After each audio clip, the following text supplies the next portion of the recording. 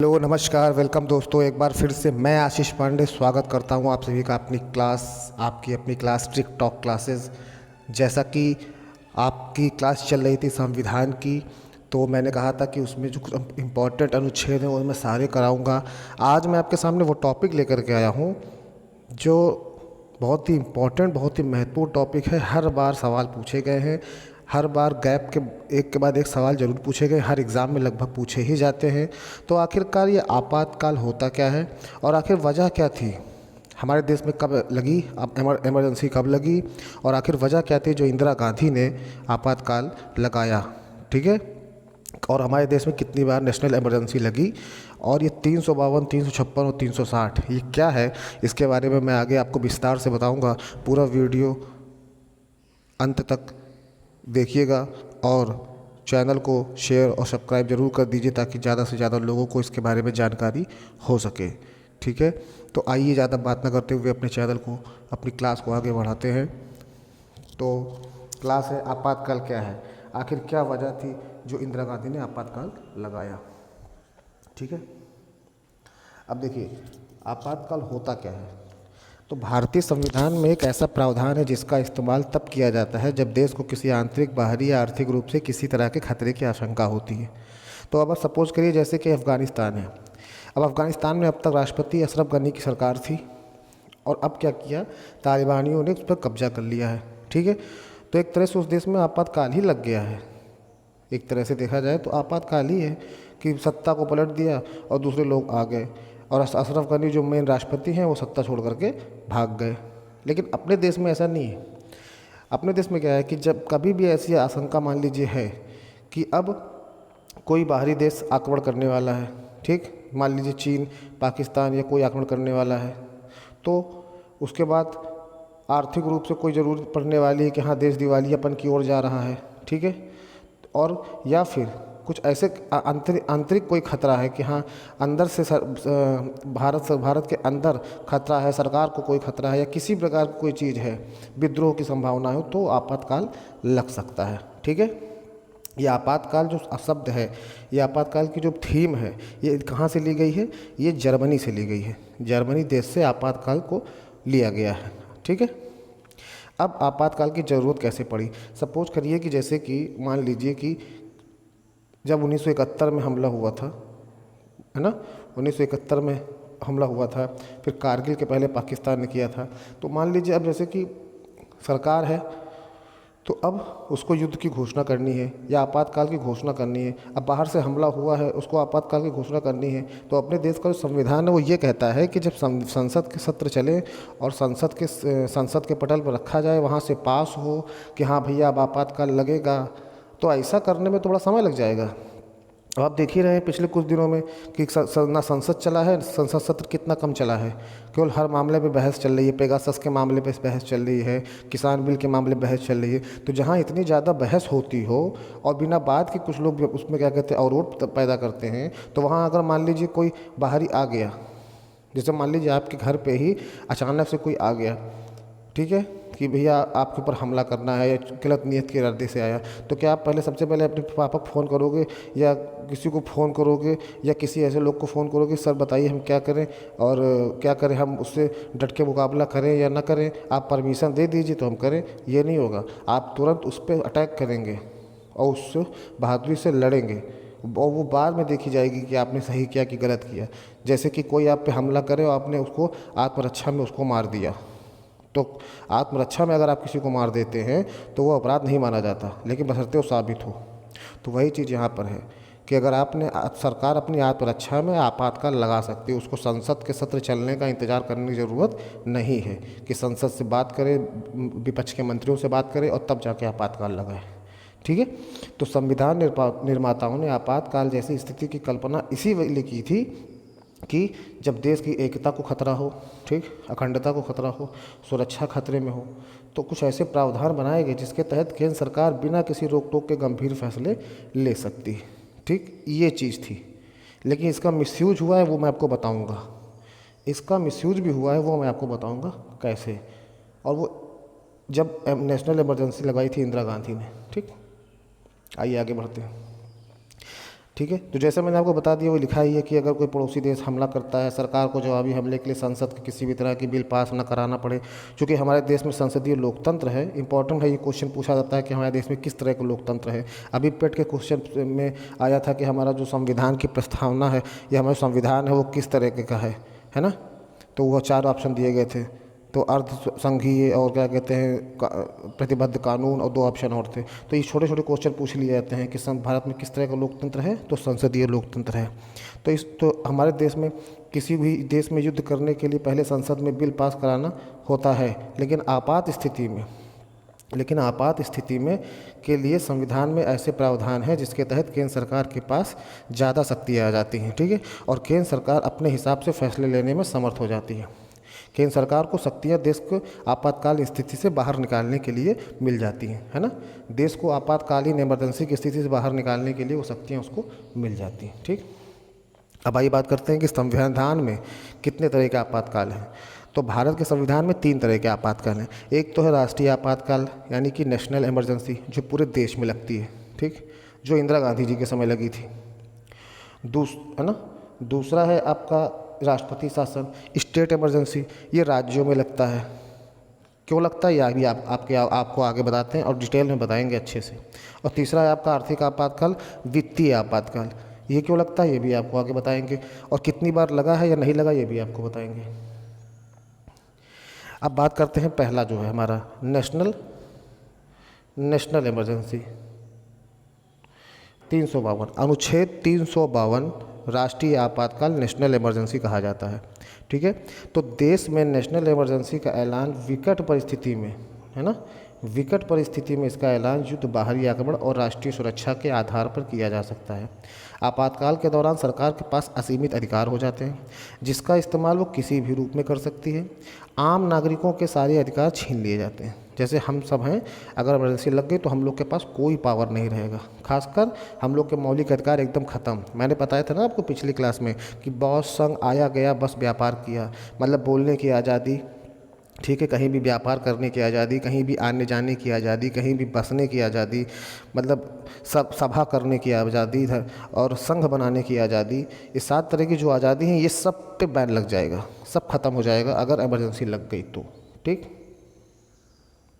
और national emergency को जो कैबिनेट होती है, यानी कि जो मौजूदा सरकार चलती है, उसके प्रधानमंत्री और उसके मंत्रियों की जो बैठक होती है उससे वो पास होता है, ना कि संसद से।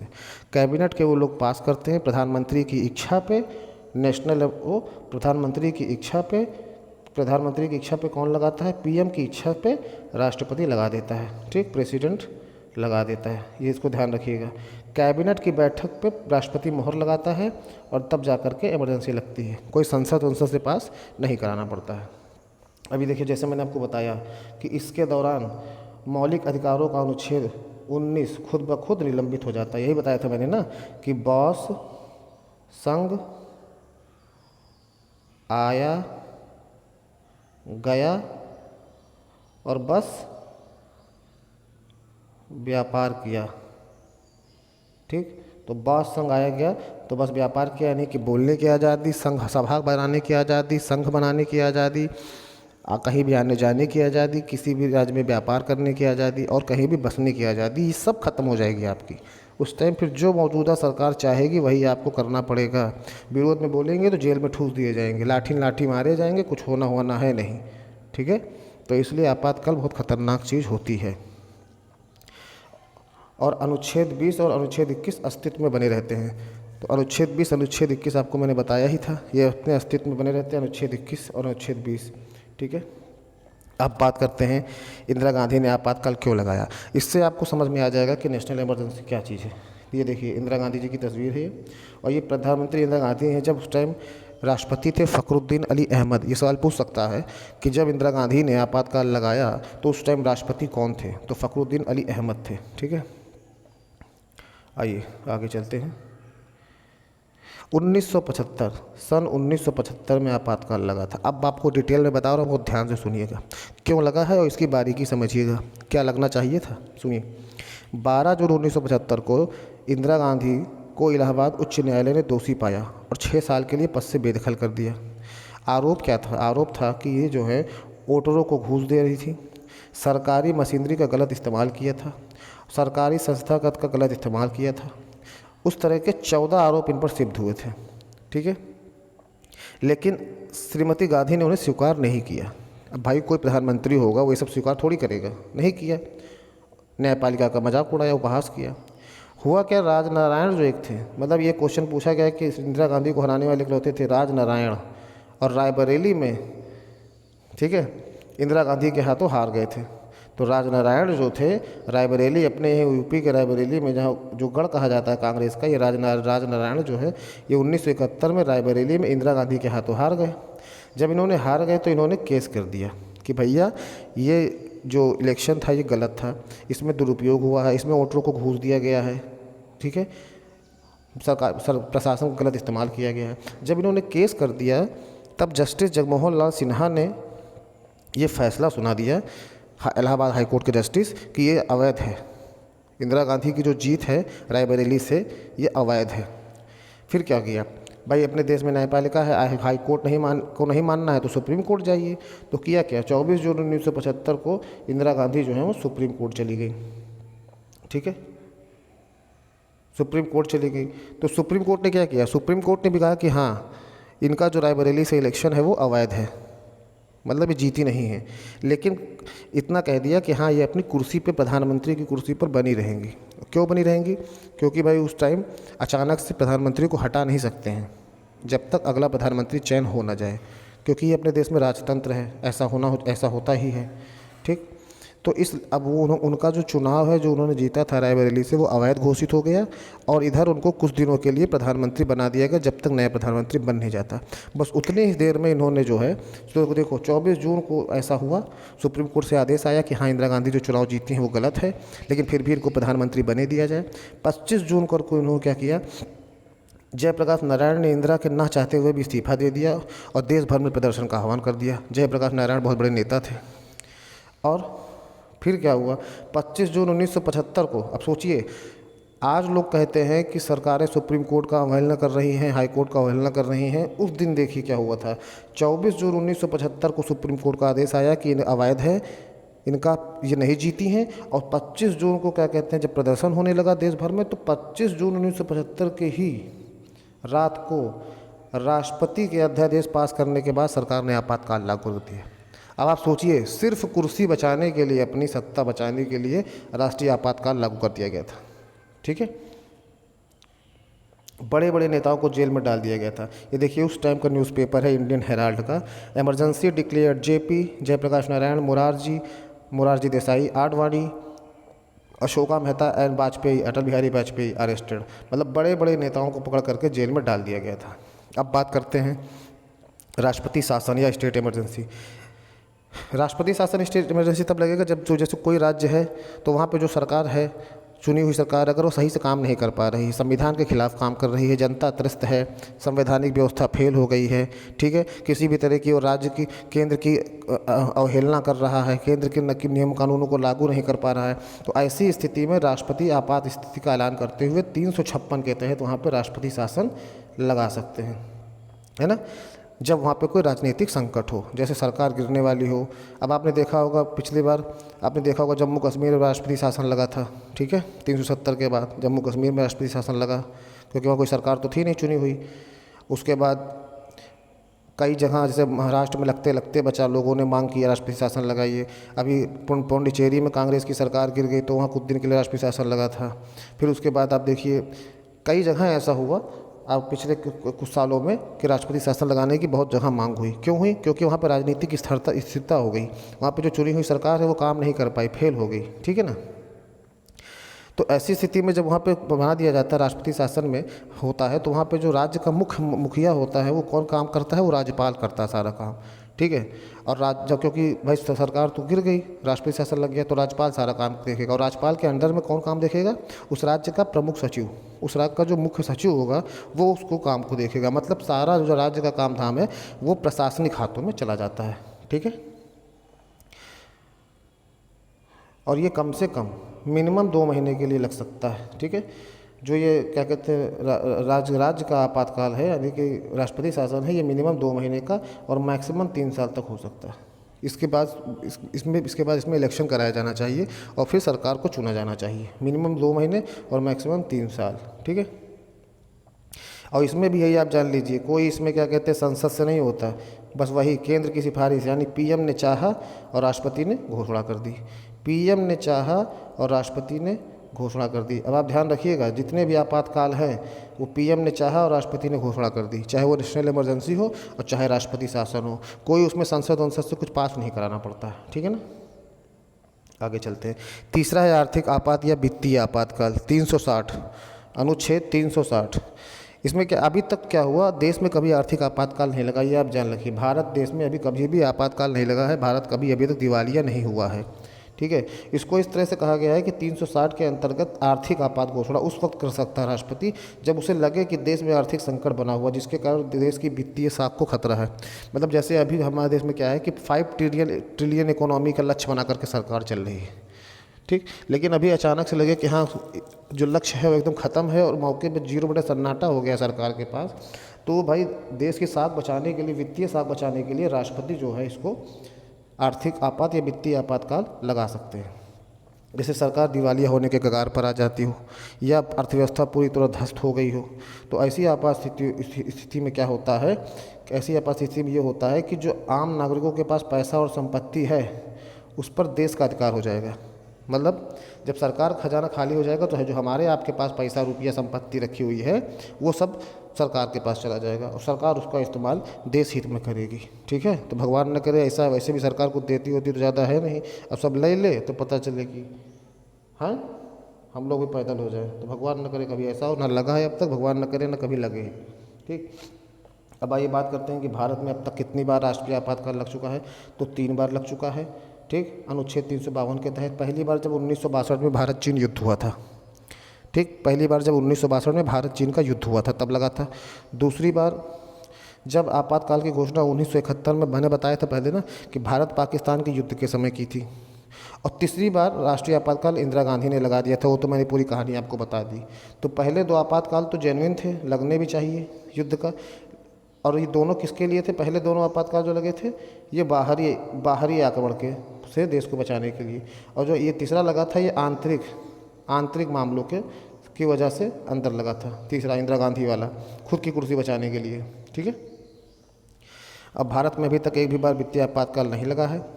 आंकड़ों की बात करें तो भारत देश में आज़ादी के बाद अब तक 121 बार राष्ट्रपति शासन लग चुका है।